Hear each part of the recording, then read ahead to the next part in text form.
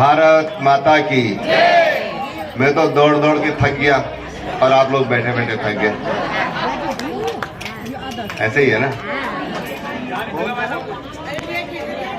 तो फिर जोर से बोलिए, भारत माता की, भारत माता की, भारत माता की। नरेंद्र मोदी, नरेंद्र मोदी, नरेंद्र मोदी। अब की बार, अब की बार, फिर एक बार, फिर एक बार, फिर एक बार। धन्यवाद। अब जरा लगा कि थके हुए नहीं आप लोग, मैं ही थका हुआ हूं। आज की इस सभा में मंच पर विराजमान पार्टी के हमारे जिले के अध्यक्ष श्री शोभाराम प्रजापति जी, इस क्षेत्र से पार्टी के प्रत्याशी रहे श्री मुनीष सैनी जी, अमन त्यागी जी, कमला दीदी, परवीन सिंधु जी, पंकज पाल जी, आदित्य जी, संजय कश्यप। वैसे एग्जैक्ट 4 बजे फ्री, 1 घंटा आराम करना और 6 बजे आपको सभा में ले जाएंगे। और अभी 10 जगह लोगों को रास्ते में नाराज करके आए कि गांव के लोगों ने बनाया था प्लान कि गांव के अंदर थोड़ा रोड शो हो जाएगा, लेकिन ऐसा हो नहीं पाया क्योंकि यहाँ पहुंचना था। अभी 2 मीटिंगें और हैं और विलंब पर विलंब हुए जा रहे हैं, लेकिन लोग कहते हैं कि भारत माता की जय। चुनाव मैं अपने आप कर लूंगा चुप, यहाँ से सब अपने आप चुप हो जाएंगे। तो मैं क्षमा चाहूंगा आप सबसे। हम सब, मुझे बताया गया कि ये पहाड़ के लोगों का डोमिनेटेड एरिया है और गढ़वाल के लोग यहाँ पर ज्यादा हैं। कुछ लोग, हमको पता है कि हमारे परिवार में जो पारिवारिक व्यवस्था है उसमें महिलाओं की बड़ी भूमिका रहती है, विशेषकर शाम के समय जब बच्चे घर में आ जाते हैं, पति घर में आ जाते हैं, तो थोड़ा जिम्मेदारी ज्यादा रहती है। लेकिन फिर भी इतनी संख्या में हमारी बहनें यहाँ पर उपस्थित हैं। मैं आप सबका बहुत बहुत अभिनंदन करता हूँ, बहुत बहुत प्रशंसनीय, और आप लोगों ने मेरी हौसला अफजाई की है, उसके लिए मैं आप सबको बहुत शुभकामनाएं देता हूँ। चुनाव हो रहा है, बहुत संक्षिप्त होगा, 7 मिनट में बात खत्म कर दूंगा, केवल लंबा वैसे बोलने का स्वभाव नहीं है। चुनाव हो रहा है और प्रधानमंत्री जी जब 2014 में चुनाव लड़े बनारस, तो उनके नाम की सबसे पहले मैंने न जाने कैसे घोषणा कर दी। एबीपी न्यूज पर मैंने ऐसे ही कह दिया, मुझे उस समय यूपी का सह प्रभारी था, तो मेरे मुंह से न जाने कैसे गोवा की बात है, मेरे मुंह से निकल गया कि प्रधानमंत्री जी को कार्यकर्ता चाहते हैं कि उत्तर प्रदेश से वो चुनाव लड़े। ये गोवा में बोला मैंने, जब उनको संचालन समिति का दायित्व दिया गया उसके प्रमुख के नाते, और तमाम मीडिया में ये बात बड़ी चर्चा हो गई कि क्या वहां से लड़ रहे हैं, वहां से लड़ रहे हैं, और मेरे मुंह से निकली हुई बात वो सत्य हो गई। लेकिन प्रधानमंत्री जी को जब पूछा गया बनारस में, काशी में पूछा गया कि आप आखिर काशी से ही क्यों चुनाव लड़ रहे हैं, तो उन्होंने एक बात कही थी, मुझे मां गंगा ने बुलाया। और प्रधानमंत्री जी ने मां गंगा की निर्मलता और अविरलता का संकल्प लिया कि हम गंगा को निर्मल करेंगे। और आप ताज्जुब करेंगे, जो यूरोप के देश अपने आप को बहुत एडवांस मानते हैं, राइन नदी जो 5 देशों से होकर निकलती है यूरोप के देशों में, उनको 27 साल लगे राइन को ठीक करने में, और 5 देशों ने मिलकर के राइन रिवर डेवलपमेंट अथॉरिटी बनाई। 27 साल लगे उनको। और हमारे प्रधानमंत्री जी ने 5 सालों में तमाम 2500 किलोमीटर गोमुख से अगर हम देखें, और गंगा सागर में जहां गंगा जी समुद्र में मिलती हैं, गंगा सागर जगह को बोलते हैं बंगाल में, तो ये 2500 किलोमीटर का सफर है। और 5 सालों में गंगा जी के तमाम जितने गंदे नाले गंगा जी में गिरते थे सबको टेप कर दिया। जहां पर घाट बनाने थे वहां घाट बना दिए, जहां पर शमशान थे वहां पर शमशान बना दिए, यानी कि गंगा के लिए एक ऐसा काम। और फिर अभियान को नाम दिया अर्थ गंगा। अर्थ गंगा की हमारी इकोनॉमी कैसे जनरेट होगी, ऐसे प्रधानमंत्री जी हमारे संकल्पवान प्रधानमंत्री जी।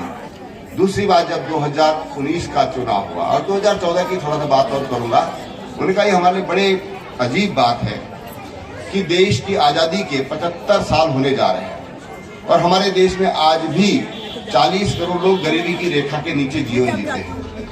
हम जब आजादी का अमृत पर्व मनाएंगे, जब 75 साल होंगे, तो हम इस गरीबी की रेखा से इन लोगों पर उठाएंगे।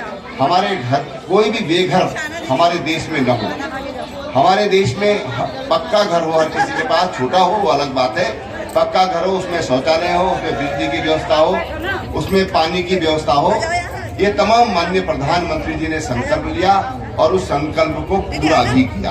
आज देश में कोई भी घर ऐसा नहीं है कि जहां पर बिजली नहीं है।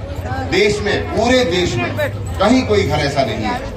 और ये काम उन्होंने बिल्कुल एक टाइम बाउंड प्रोग्राम के तहत किया।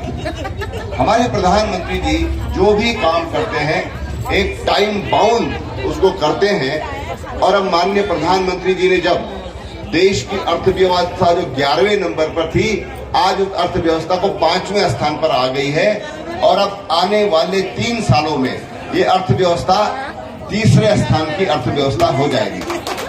ये हमारे प्रधानमंत्री जी का आज देश की सीमाओं पर देखिए आप, आज हमारी सीमाएं सुरक्षित हैं। आज चाइना जिसने हमारी भूमि हड़प ली, लगभग 37,000 वर्ग किलोमीटर, चाइना ने, ये पाकिस्तान ने, जो आज पाकिस्तान ऑक्युपाइड कश्मीर है, उसको हड़प लिया। लेकिन आज डोकलाम हुआ हो चाहे गलवान हुआ हो, एक भी इंच भूमि चाइना हमारी कब्जे में नहीं ले पाया, एक भी इंच। और हमने एक एक जवान के खून का बदला ये हमारी सेना ने लिया है। एक एक जवान की खून की कीमत का बदला लिया है। हमारे जवान का खून ये व्यर्थ नहीं गया। देश की सुरक्षा का सवाल हो, देश की अर्थव्यवस्था का सवाल हो, या देश की आध्यात्मिक ऊर्जा का सवाल हो। अयोध्या में भगवान राम का भव्य मंदिर का सवाल होगा, काशी विश्वनाथ कॉरिडोर का सवाल होगा, आपका उज्जैन में महाकाल कॉरिडोर का होगा, बद्रीनाथ जी का होगा, केदारनाथ जी का होगा, गंगोत्री, यमुनोत्री, तमाम भविष्य बद्री, आदि बद्री, तमाम जगहों पर, तुंगनाथ, सब जगह आज उस आध्यात्मिक शक्ति को जगाने का काम, उस आध्यात्मिक भारत को उभारने का काम आज हमारे प्रधानमंत्री जी कर रहे हैं। अब नेक्स्ट क्या है? मैंने कहा मैं 7 मिनट में बात खत्म करूंगा। नेक्स्ट क्या है? माननीय प्रधानमंत्री जी ने कहा अब जो मतदान हमको करना है, इस बार जो तीसरी बार भाजपा को सरकार बनानी है, वो विकसित भारत के लिए बनानी है। ये विकसित भारत का लक्ष्य, एक टारगेटेड काम कि 2047 जब भारत स्वतंत्रता के 100 साल मनाएगा तो ये भारत कैसे होगा। जैसा हम लोगों ने देख लिया, ऐसा हमारी आने वाली पीढ़ी को न देखना पड़े, ऐसा हमारी आने वाली पीढ़ी को न भोगना पड़े। ऐसा भारत जो दुनिया का सिरमौर बनेगा, ऐसा भारत, उसके लिए इस बार मतदान करना। ये माननीय प्रधानमंत्री जी ने देश के सामने विषय रखा है। और ये सारे जो प्रधानमंत्री जी ने जो देश के साथ जो वायदे किए, उनको 100% पूरा करने का काम किया है। कोरोना जैसी महामारी के बाद जब दुनिया की अर्थव्यवस्थाएं ध्वस्त हो गई, तमाम यूरोपियन देश आज आर्थिक संकट से गुजर रहे हैं। आज भारत 80 करोड़ लोगों को निःशुल्क राशन देने के बाद भी आज दुनिया की सबसे बड़ी जो जीडीपी है, जो सबसे अच्छी ग्रोथ है, वो भारत की है। आप कल्पना करिए, इतनी महामारी के बाद जब उद्योग बंद हो गए, स्कूल बंद हो गए, मार्केट बंद हो गई, सब कुछ बंद हो गया, हम घरों में कैद हो गए, उसके बाद भी देश की अर्थव्यवस्था, देश की जीडीपी आज चाइना को पीछे छोड़ने का काम आज भारत ने कर दिया है। मुझे याद है एक बार पंडित नारायण दत्त तिवारी जो हमारे जरा फोन देना भाई, ये देना जरा, एक दे दो, कोई भी दे दो। जब पंडित नारायण दत्त तिवारी हमारे प्रधान मुख्यमंत्री थे तो एक दिन वो बोले देखो हम कितना निर्भर हैं। ऐसे हाथ में उन्होंने मोबाइल लिया और कहने लगे ये आज हम चाइना से ले रहे हैं, हमारे देश में ये नहीं बन रहा है। ऐसा उन्होंने हाथ में लेकर के ये बात कही, इसलिए मैंने हाथ में लिया था ये। और आज भारत में ये मोबाइल आज भारत में बन रहे हैं। जो चिप होती है, बीच में एक बहुत बड़ा संकट हुआ जब चाइना कोरिया का संकट हुआ। हम गाड़ियों के लिए मार्केट में जाते थे तो 3 महीने की बुकिंग चल रही थी। आज भारत ने उससे सबक लेकर के और आज ये चिप 1 साल के अंदर अंदर भारत में बननी शुरू हो जाएंगी। हमको कोरिया का मोहताज नहीं होना पड़ेगा। लाइन सिस्टम पूरा खत्म हो गया। याद करो जरा, गैस की लाइन, बिजली बिल के लिए लाइन, पानी के जमा करने के लिए लाइन, बैंक में लाइन, जहां जाओ वहां लाइन लगानी पड़ती थी। आज जो लाइन सिस्टम खत्म कर दिया है और आज दुनिया का 40% ट्रांजैक्शन डिजिटली, आज दुनिया का, भारत का नहीं, दुनिया का 40% ट्रांजैक्शन आज भारत कर रहा है। जो डिजिटल इंडिया की उन्होंने बात की, याद करिए जरा, तो हमारे प्रधानमंत्री जी बहुत बुनियादी काम करके अब उस पर भवन निर्माण का समय आया है। उस भवन निर्माण के लिए उन्होंने कहा कि सबका साथ, सबका विकास, सबका विश्वास और सबका प्रयास, ये सबके प्रयास से होगा। हमको आज मौका मिल रहा है कि माननीय प्रधानमंत्री जी के साथ कदमों से कदम मिलाकर, कंधे से कंधा मिलाकर के और हम इस चुनौती को स्वीकार करें। उसके लिए हमको मतदान करना है। हम प्रधानमंत्री जी के साथ इस विकास की यात्रा में, उस विकसित भारत की यात्रा के लिए सहयात्री, हम लोग भी उसमें सहयात्री बने। ये हमको अपना सौभाग्य समझना चाहिए कि आज हमको उनके साथ काम करने का मौका मिल रहा है।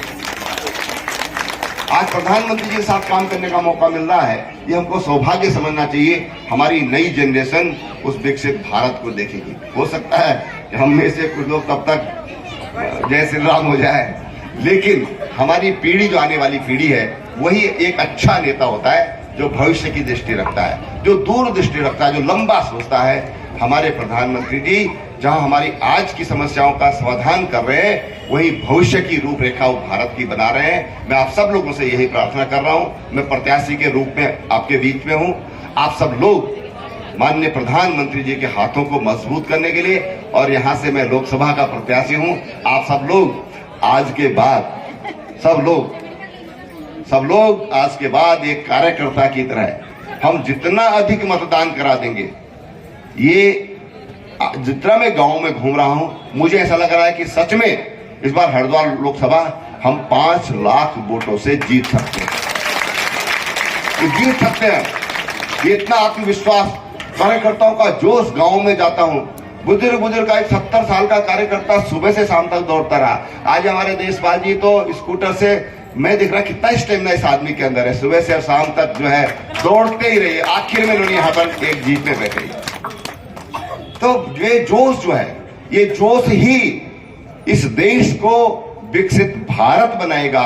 ये जोश ही 400 पार करेगा, और जोश खरोश के साथ हम लोग काम करें। भारत माता की। हमें समापन